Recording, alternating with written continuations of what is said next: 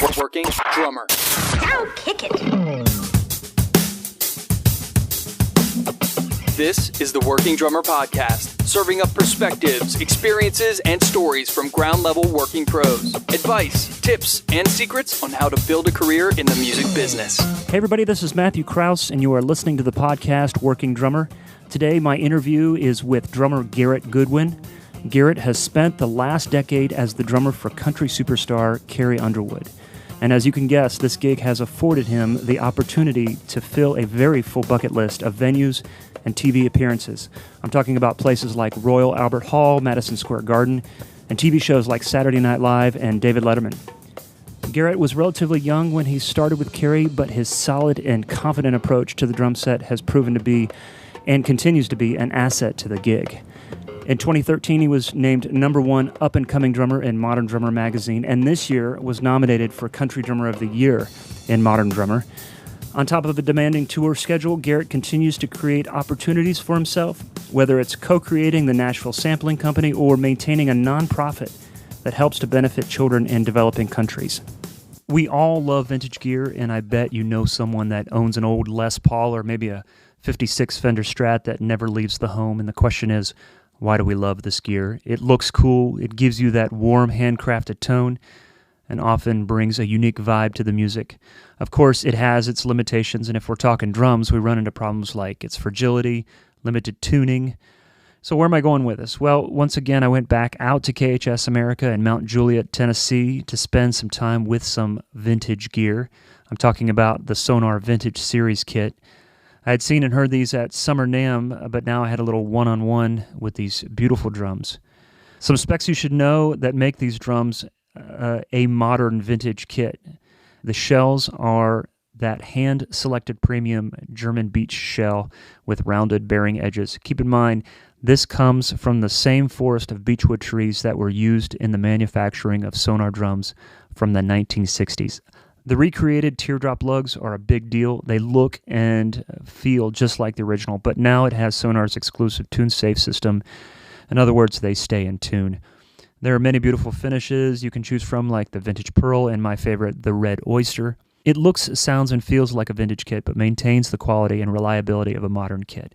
You could really call this a modern vintage kit. So go to us.sonar.com to learn more about the Vintage Series and find a dealer near you. So let's do this. Here is Garrett Goodwin. As you know, being on the road, there is a lot more. You think that it would be busier than necessarily being home, but there is a lot more downtime and free time. I always say, I get paid to sit around on the road because there's so much of that. And but on a normal day, normal tour day, show day, you kind of get in a weird sleep schedule when you're out on the road for so long, and you end up sleeping in late even though you try to get up early, but you end up not going to bed until who knows what time every night, and you're just so amped once you get off stage at 11 o'clock or whatever time. So I try to get up early and get a little workout in, do a little reading, do what I can, and then around early afternoon we head over to the venue. We do a sound check. It's by the middle of the tour, we have that down to about 10-15 minute sound check. Oh wow. And then more sitting around. So in those times in between, what I found is in past tours, I did sit around a lot, and I was like, man, I've got to figure out what to do in between with all this downtime, in between sound check and showtime, because you have, 5-6 hours just in that time right there. Right. And so what I've been trying to do on this tour is I go out and I'll meet a drummer that's in town that wants to meet for coffee, or I'll go to a local music store and give lessons, or just to hang out with the people at the music store, and just different things like that to try to obviously connect with people. And I just enjoy hanging and getting to know people and in all these different cities and see local music stores and all that stuff. So yeah, on that point, because that was going to be one of my questions, is how you manage drum lessons and clinics on the road. Have you found that to be beneficial to, I mean, I'm sure on so many levels that sometimes is easy to quantify and otherwise it's hard to say for sure if hanging with somebody that day will reap any benefits. But have you noticed like this has been a good use of my time, or this is just something like I like to do? Yeah, absolutely. You know, I think I've found that I went into it going, you know, this year, like the tour started in January, so my mentality was in all the downtime that I have, I don't want to sit around. I go crazy sitting around. Yep. I can't stand it. So Yep.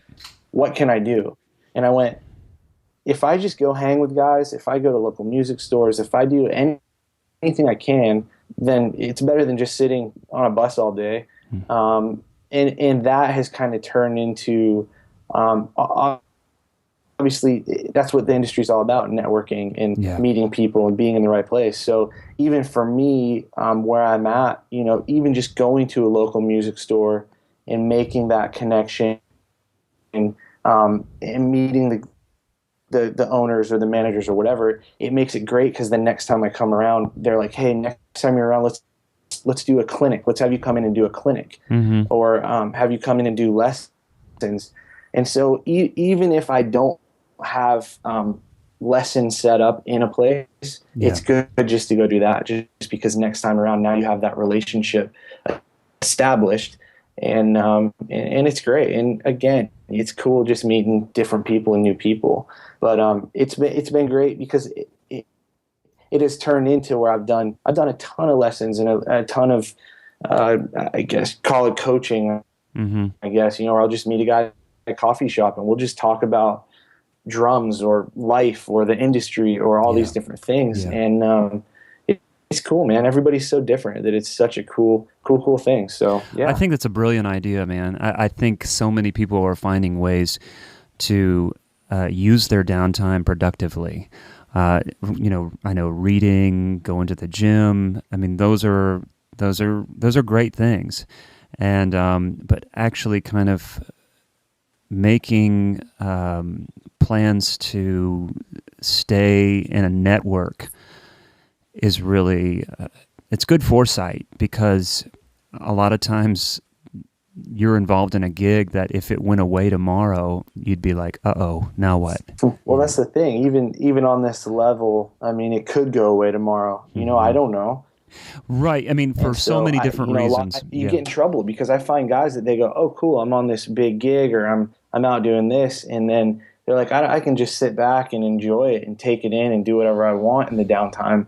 But man, they get in trouble because you're your own business. You've got to constantly be trying to grow it and network, and that doesn't stop no matter what level you're on, in my opinion. It's very true, very wise too. Kind of staying on this, when you are meeting somebody and talking life with somebody that kind of wants to know what your life is like and what direction they might want to go, is there any question that seems to come up a lot with players that you meet? Any advice that they're seeking, or a common question that might pop up? The most asked thing is, how do I make it? How do I get in the industry? How do I get a gig? You know what I mean? That's kind of the biggest question, but it's also the hardest question to answer. Right. How do you react? How do you approach that question? You have your things that you say. You have your it's all about networking, and they're all very true things. And it's all about being in the right place at the right time. You know, all those things are very key and very important. But what I try to do before I get to that question, or before someone asks me that question, is try to figure out where they are as a person and as a player. You know, do they need work as a player? Can they play with a click? Can they, you know, where do they live? Do they live in the middle of New Mexico? And I mean, you know what I mean? All those things kind of factor in to the answer. And it's tough, man. It's tough to tell a guy, man, if you're stuck in the middle of New Mexico and you can't really get out of there, it's like you want to give them inspiration, but you you have to be real with them as well, and tell them, they're not to say there isn't a chance, but it definitely minimizes the chance a lot. You know what I mean?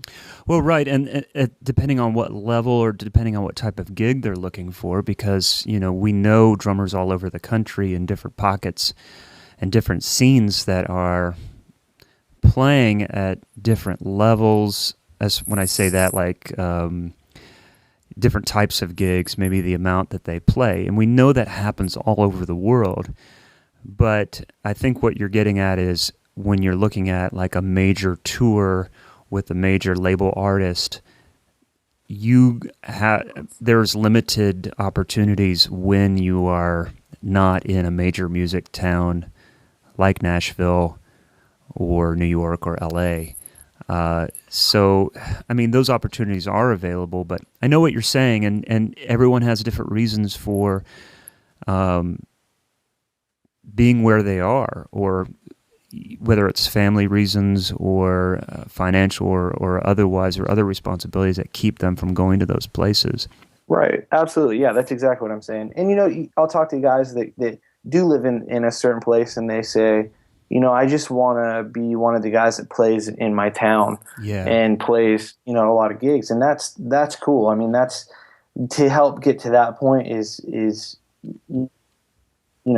great to talk about. But I do find a lot of guys go, I feel like I'm at the ceiling in my city. I feel like I'm playing all these gigs. I'm playing consistently and I enjoy it, but I know that I feel like I'm hitting a roof. Mm-hmm. And I don't know where to go from here, and what that next step is. Right. And it's scary. It's a scary step, if someone at that is kind of the big fish in their city, all of a sudden is like, okay, I'm gonna bite the bullet and move to Nashville to where there's millions of drummers, and now I'm just a small fish again. You know what I mean? Right. So it's pretty crazy. Yeah. Crazy, and it can be intimidating for sure.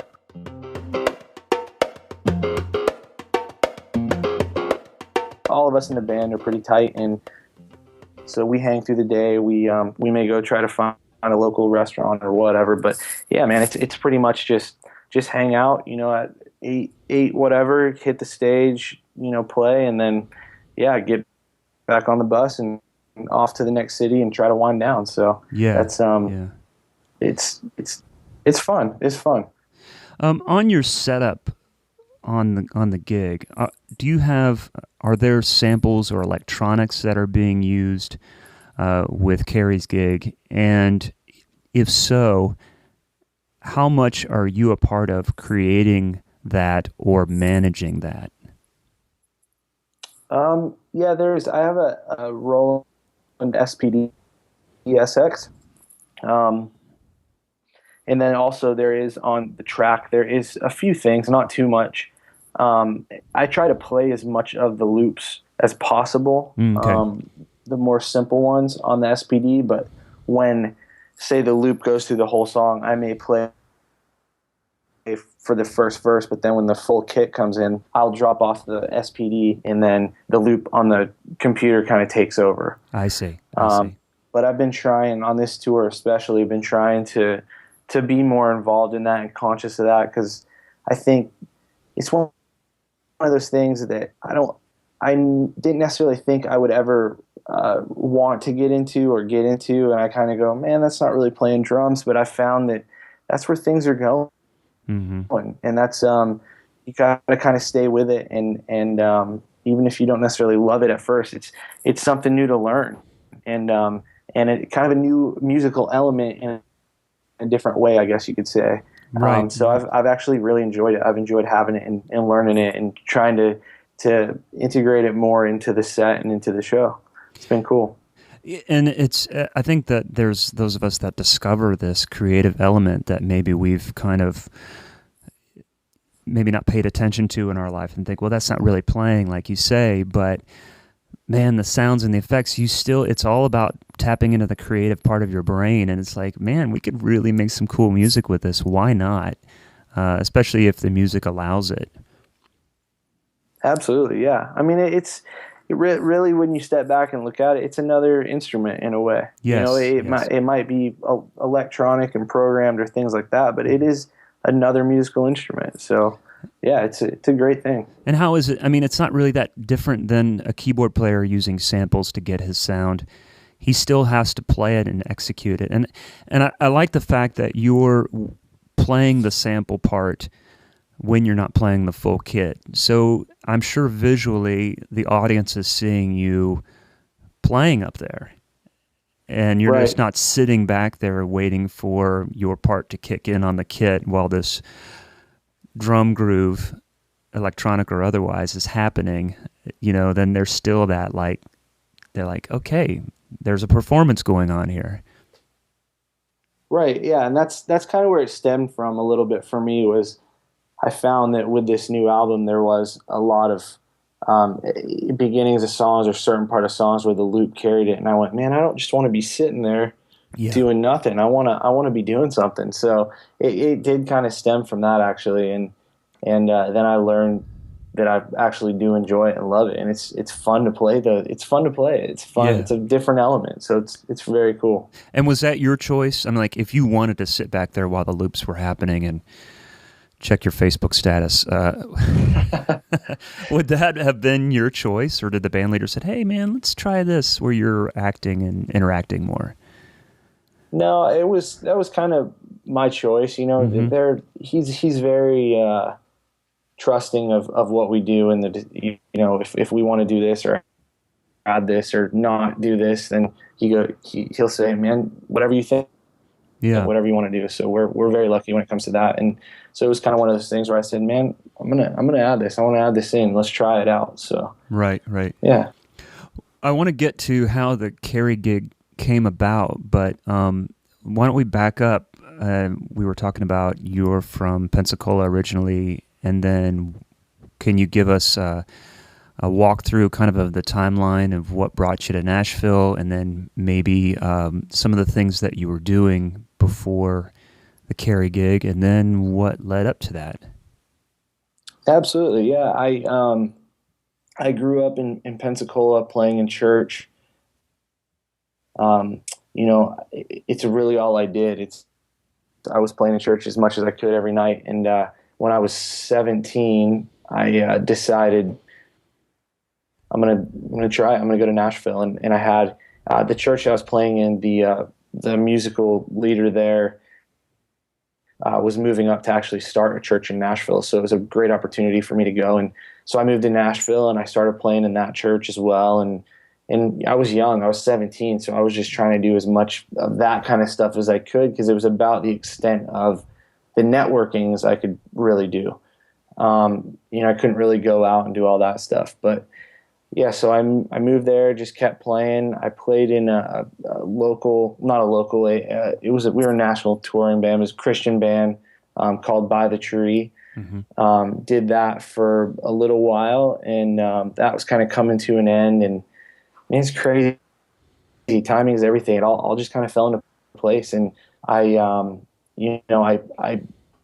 was somewhere doing a sound check for somebody, and there was some guys there saying, "What are you up to these days?" Mm-hmm. I said, "Not too much. What I'm doing is kind of come to an end." And they said, "You might be getting a call for something." And that's about when I got the next day is when I got the call to go try out for Kerry, actually. Wow. And it's wild, man. It's like that sound check that I went and did was for something I was supposed to do, but they brought in a studio guy that was going to actually do the gig, and he couldn't make the sound check, so I went and did it. It's crazy. It was like this whole thing of I wasn't even supposed to be there, and then I didn't even really want to be there, mm-hmm. but I went and I had a good attitude, and I did it anyways, and look at what came out of it. You know what I mean? Right. It's pretty wild. Was there something about that you said good attitude? Obviously, they heard you're playing that caught their attention. So it's so funny. There's so many stories of people saying, well, I wasn't doing anything, and I got a last-minute call to go down and do this gig, and I really wasn't into it. But I went in, just ready to do my best and have a good attitude and try and play my best, even if it wasn't my thing. And then there's somebody in the band or somebody in the audience or whatever, or around you that says, man, I dig this, and I know somebody that knows somebody that needs a drummer or whatever. So there's all those stories of that, and it's a good reminder when maybe you're just not into it, and it's like, no, take everything seriously because you never know what could come of it. That's it. I mean, that's what it's all about, and it's about having that good attitude and playing. Like, every time you play, it's the last time you're going to play, or every time you play, there's someone there watching going, I could use this guy, or I know someone that could use this guy. You always have to keep that mentality of you never know what's going to come from it, no matter what it is. Right. And I've found that the things that I haven't necessarily wanted to do in the past are the things that opportunity always come from. And then the things that maybe pay really well, or I'm like, I love this. Nothing really ever comes from it. I may do it and it's great, but not too much comes from it. So it's so good to kind of keep that mentality no matter what. Right. What was the audition process then after that point? It was just, I got the call, and the band leader said, learn these 3 songs, come in and play them. So about 24 hours later, I went in and played the songs, and they videoed it and all that stuff. And then, I met with management and Kerry and all that stuff. And it was about a month-long process, but, it was good. As far as playing, it was simple. It was, hey, learn these 3 songs and do it. And I know a bunch of guys tried out for it. And, man, that's one of those things too. It's like, I know I can confidently say I probably wasn't the best drummer that tried out for it, but I do know that there's a lot more in this industry that goes along with that. And that's, like we were just talking about, it's having that good attitude and being able to understand what the music calls for. If that's simplicity or, pocket, and it's not a one-man show, and there's all those little things that kind of factor in that, go a long way in the music industry. So it's pretty amazing. When you approached these 3 songs, did you try and learn the songs verbatim, or was it your own take on them? What was your approach to that? I always, at the time, I don't know that I knew that I was necessarily doing this, but after talking to guys, I'll have guys call me and say, hey, I have a tryout for this gig. How am I supposed to play? Yeah. And I say, man, you play like you play. You're obviously got the audition because they liked what you did. So don't change that up, even if it's, obviously you got to play for what the music calls for. There's a style or a feel, but do what you do. You know what I mean? And I think when I went into that tryout, it was, I don't know that I realized that at the time. And, but I went in and I set up my drums really weird, like I do. And I had my big cymbals, and I played like I always have played my whole life. You know what I mean? And obviously I learned the songs and the feel, but I played my fills or my different things like that, and that's, I think that's what people want. They want what you do, not what everybody else does or what necessarily the album is or things like that, Yeah. I think there are times when you might have an artist that wants, there's been, I had a chance to work with an artist over a weekend, and she wanted every crash cymbal, every drum fill, exactly, to the point where after the show, they took the board tape on the bus with the band leader and her and I sitting around taking notes. And I was playing 2 gigs with them. And she's like, there's no crash cymbal there. Like, I hit a crash cymbal where there shouldn't have been. It was amazing. But I think you're right, though. I think that's good advice, because people are learning and they're understanding the benefit of letting people do what they do. And if you dig it, and if Garrett comes in and plays the way he plays, and you're like, this is cool, I want this on stage, let him do what he does, because that's going to be so much better when you do your thing than if you're trying to cop everything that the session player might have done that day in the studio, which might not even been something that he wanted to do if it was 2 days later, That's great. Yeah, absolutely. I mean, I've been on gigs like that as well, but I've always found, I'm trying to figure out the right way to say this. I've always found that, I don't want to say this the wrong way.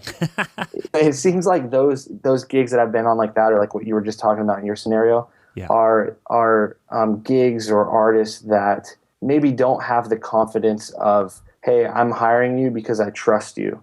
Yes. They kind of have the thing of I have to do this just like this because I'm told that this is how it's supposed to be. You know what I mean? Does that make sense? It does. I believe that. Go ahead. Well, I think you're onto something there, and I think that that's a trend, and it might stem more from the Nashville pop country scene, more so than any other scene across the country or the world, is that there was this trend where you had to play exactly like the record, and there are times with clicks and tracks and video feed that there has to be an arrangement and a feel that has to be there always. But if the exact fill and the exact thing, I think that's going away. I think that trend is luckily dissipating. Right. Absolutely. I totally agree. Thank goodness. Thank goodness. Yes.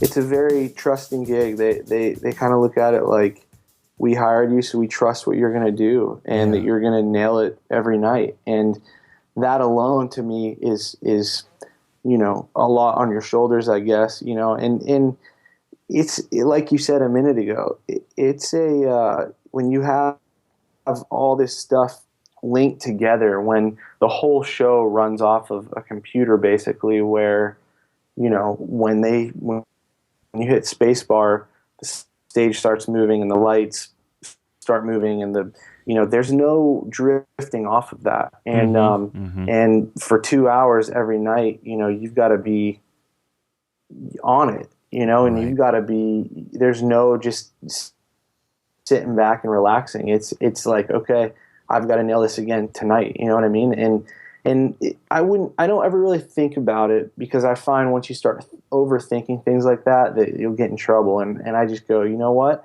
I've done it a million times. I can do it again. And you got to kind of have that confidence, I think is the word, of I can do this. And I can't mess the show up. You know what I mean? This is a big deal, and, and again, that all ties in with what we were talking about, is having that mentality and that confidence, even in the small gigs, when there's 10 people there or 10,000 people there or whatever it is. I think that it's always carrying that confidence, not cockiness, but confidence of that, and playing 100% every night, because that's gonna relay, that's gonna flow into, say you're in a smaller band and you end up in playing for a big artist or a big band, that's just, if you do it every day, it's just going to come natural in a way. Right.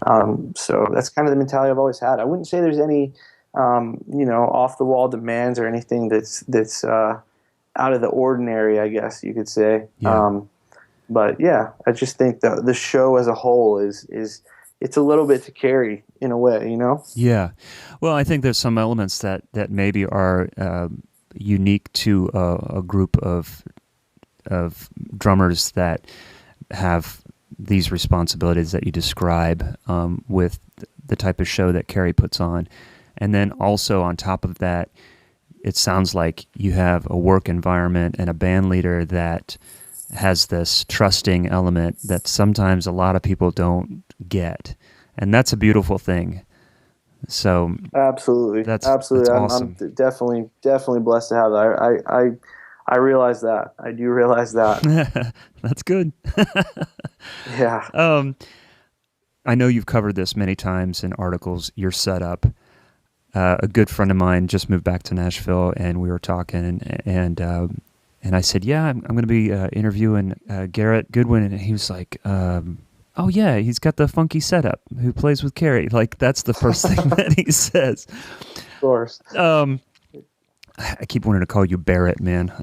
Just sit Barrett. All right. I'm sorry. Why do I have Garrett? Why do I have Barrett sit down? No. So I don't want to spend a whole lot of time because I know a bit of the background is that no one really was there to help you with the setup, and you just set things up the way you felt it was. Could you describe that a little bit? Yeah, absolutely. I always played with everything pretty flat, and I think it evolved over time of the kind of a forward tilt, and I kind of I lean over the drums a little bit, and so when I'm sitting there, everything feels pretty flat to me. Yeah, which I know sounds completely crazy, but when I'm sitting and I'm playing, and the way my throw is, and the way my stance is, it just makes sense to me. Everything lands where it feels like it needs to land, and I don't know how it got to that. It wasn't me going, oh, I want to do something different, or I want it to look cool. It was just, it was a complete comfort thing. Yeah. It does make sense to me. And it does look cool, though. It does look cool, man. I can't tell you that. Well, I'm kind of OCD, so to me, I go, gosh, why can't it look like perfect? You know what I mean? But it looks like a mess.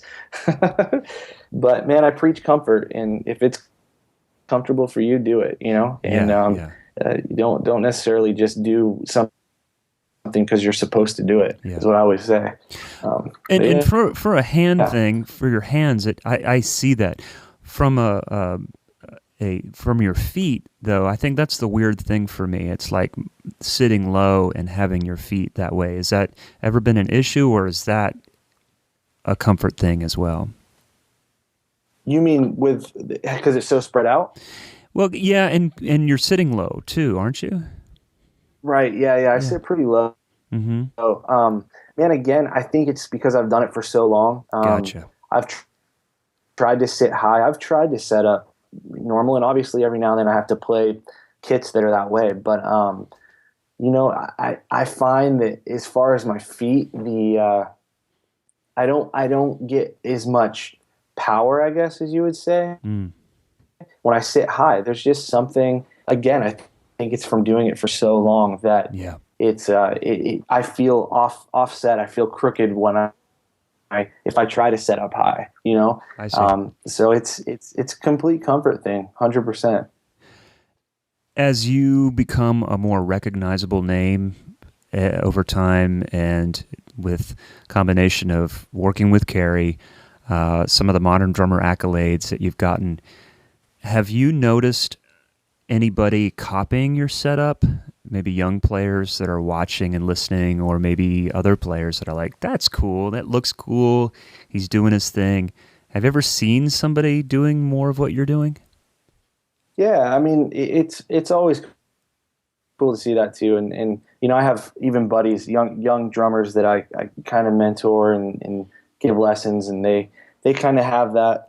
They start to do the tilt thing, and I go, man, don't just do it because you think it looks cool. Like, do it if it's comfortable. Don't hurt yourself trying to do something just to whatever. But so I have seen a few guys, and you see little things here and there, and I've actually, do you know Daru Jones? I do not. He's a drummer. He plays for Jack White. I do know. I saw that. Yes.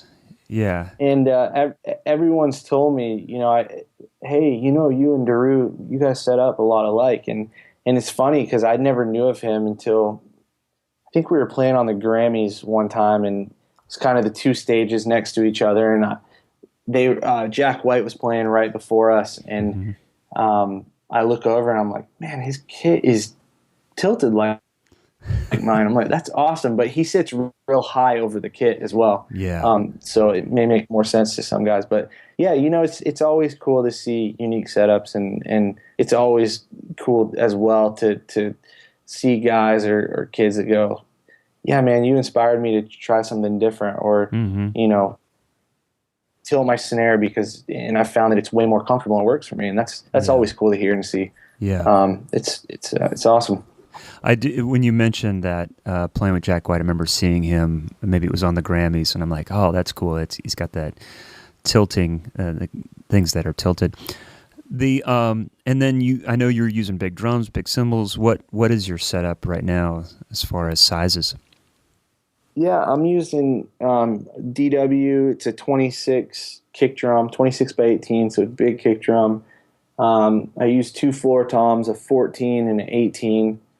And then cymbals, I'm using a 24 Sabian ride, 24 crash, and 22 crash, and then 18-inch hats, which are actually crashes as well. Wow. And yeah, man, big cymbals. I love big drums, big cymbals. I find that in arenas and in different, a lot of these bigger venues, they seem to project really well, and they kind of hang on a little bit longer than, a smaller cymbal. And now I've just gotten comfortable with them, and I love the way they feel. I love the way they sound. I love, all that comes along with it. And, obviously, you gotta play what the room calls for, different things. So I'll play smaller stuff sometimes, but yeah, man, it feels good to play that big stuff. That's cool. And the 14-inch floor tom is when you're sitting behind the kit is to the left of the kick drum. So it's not like 2 floor toms sitting next to each other in a traditional way, but it's almost like where a tom would be. But left. It's like where a rack tom would be. Yeah, exactly. But they're both on legs and yeah, exactly. That's crazy. Crazy cool, but crazy. You were crazy. Sounds like you're inspiring people to be just as crazy, and that's good. Me and a buddy of mine, Justin Miller, he has a studio in Nashville called Yellowhammer Studios. And we got together, and I always did a lot of stuff with him at his studio and different things. And he knows I love big drums, and he said one day, man, you want to do a sampling project? You want to sample your drums? I said, absolutely. So I said, but I want them to be huge. I want them to be big. I want them to be different, not just necessarily another studio kit. And he said, well, I've got a warehouse, a 60,000 square foot warehouse that we could go record some samples at. So it's a little bit excessive, but we got there and we spent a day, and man, it turned out really, really cool. And it's cool too, because my brain just goes, yeah, I want the big drums, but his brain goes, okay, let's have a package of the big drums, but then also let's take those same samples and put them make them into a studio sound as well. And everything in between. So with that sample package, with the kit that I have on there now, is it's the best of both worlds, because you can take the big warehouse sound or the studio sound. And it's been cool, because now we're slowly expanding, but this next year we'll be launching a bunch. But we just released a studio Craviato kit with a bunch of snare drums, and then we actually just got done recording Rich Redman, his kit, so we spent a couple days doing that as well, and we should be launching that towards the end of the year. So I'll probably have another kit on there soon, and be good. So this is a Nashville sampling company, is something that you guys have started together, just an organic type thing? Yeah, exactly. It was kind of the idea of, hey, let's do your drum samples. Let's make you a drum sample package. And then we went, man, let's do this. Let's get some of these Nashville guys that, kind of have an influence on the industry, and our session players and live players, right, and see if they want to get on board and get a sample together. So that's cool. We went, man, let's go for it. So we're hitting it as hard as we can, and the stuff's great, man. The stuff is sounding that's fun, killer. So we've gotten a lot of great feedback, and it's very good. It's good. And what's the process like when you're in there recording? I saw a little bit of a video, and it sounded like when you were sampling a cross stick, and so you're smacking it, and then it kind of dissipates, and then you're smacking it. Right. It's a long day.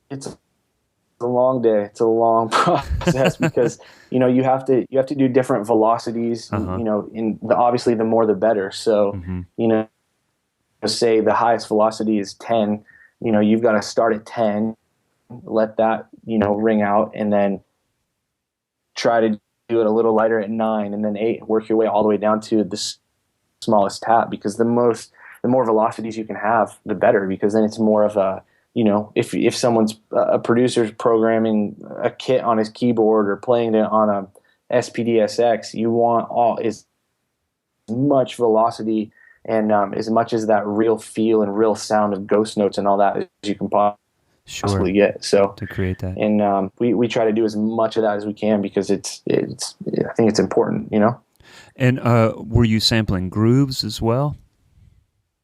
We have done a little bit. Rich Redman, on his kit, we did some grooves, but not as many as we want, and we will be doing more in the future as well. Okay. It's that's kind of never ending. You could spend endless days recording grooves, because you have different tempos, you have different velocities, you have different grooves, you have different fills. I mean, it's pretty endless when it comes to it, but sure. In time we'll do it.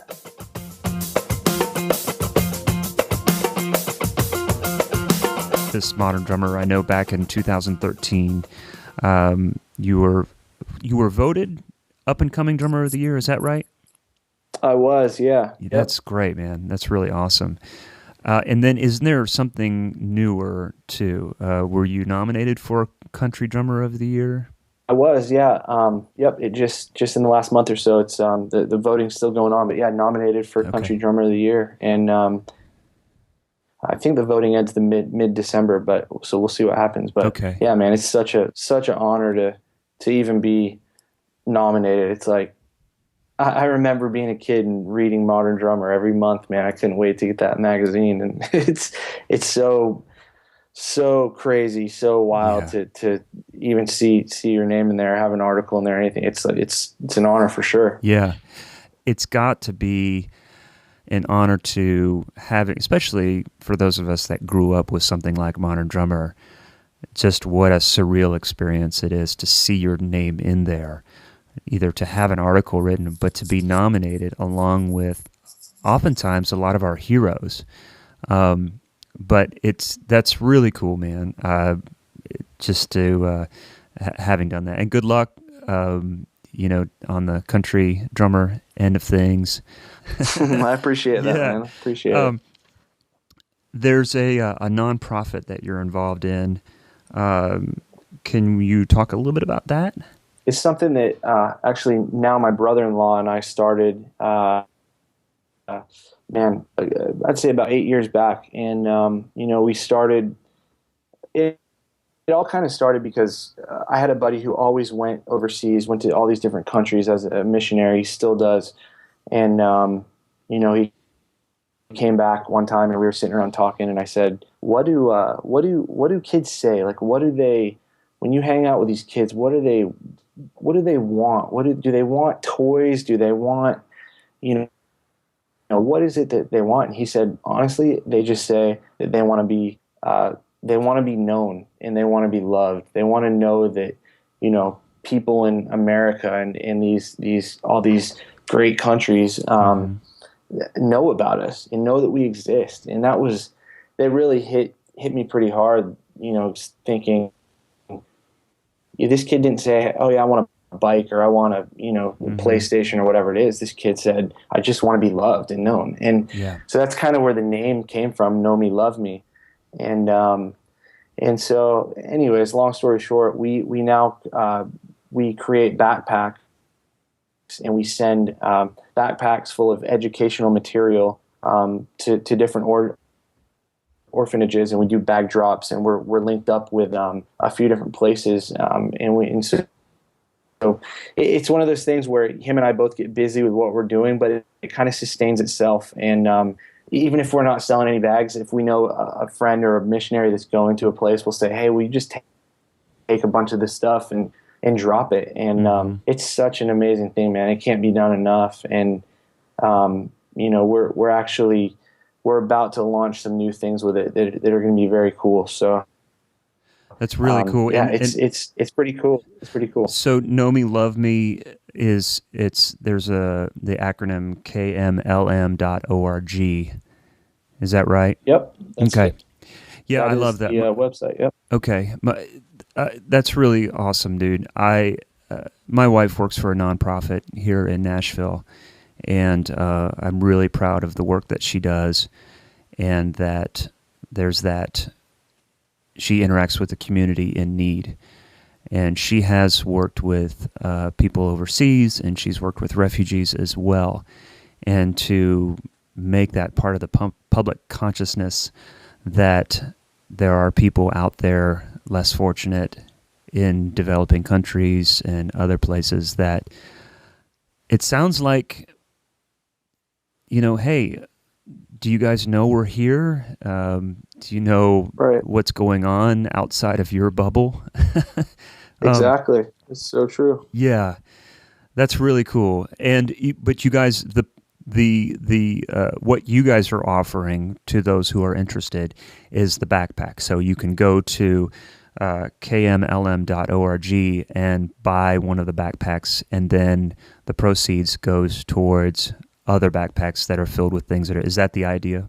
That's exactly right. Yep. And it's cool because when we first started, we would just get backpacks however we could, and now we've actually we got a bunch of sewing machines for an orphanage in the Dominican Republic, mm-hmm. and we've actually now they have these jobs, so they are making the backpacks for us. So it's the whole point is to end the poverty cycle, and now these mm-hmm. people have jobs because of these backpacks they're making and sending to us, and it's pretty amazing, man. It's pretty cool to see. So we've linked up with some churches as well, and mm-hmm. we're doing some back to school drops with them, and again that creates more jobs and work for the people down there, and it's hopefully ending the poverty cycle is the whole goal. Right.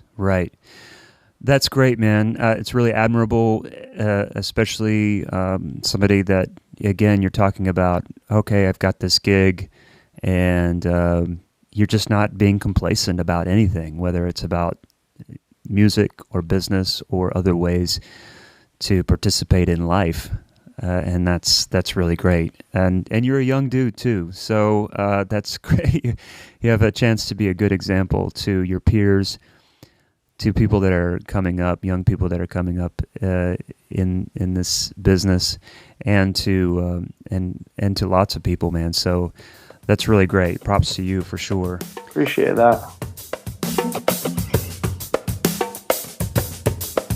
Is there a compliment about your playing or you that you hear most consistently? I'd say the biggest thing that I get and maybe hear from producers, I'd say there's two different things. From mm-hmm. producers and guys like that, I always hear you're consistent, you're always locked in with the click. There's no movement there, and I realized that at a young age, and for a producer that's huge because it's a lot less work for them on the tail end. But I think that's the thing I hear from them most, and from other people, and just I guess an audience, maybe someone that's not a musician, is I get a lot.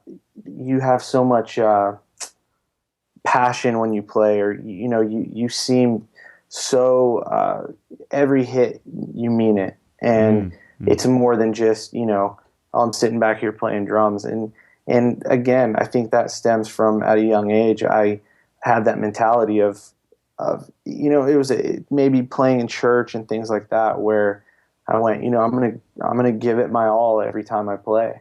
And so I'd say those are the two things that I definitely get the most, and I appreciate them. You know what I mean? It's hard for me to take a compliment, to be honest with you, but it always does mean a lot, and those are cool things to hear. Yeah, for sure. What does the future hold for Garrett?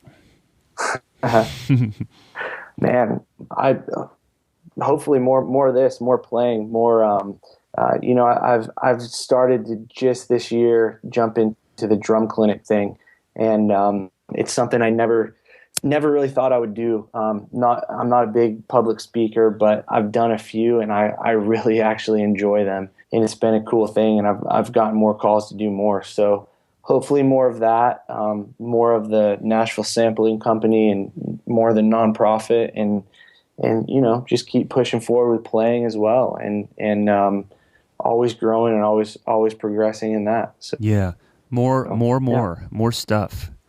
More life. That's it. That's it. I'm actually, I can say this. I wasn't going to, but I'm working on this may not be what I call it, but a kind of an interactive drum program, maybe a 6-month long thing. And I haven't said that to anybody, but I've been putting it together now this whole year. And hopefully sometime this next year, I'll be launching that and getting that going. So yeah, be on the lookout for that. So what is it now? Kind of an interactive drum program. So kind of an online, but also in-person lessons, but kind of a course, I guess, is how I should say it. Gotcha.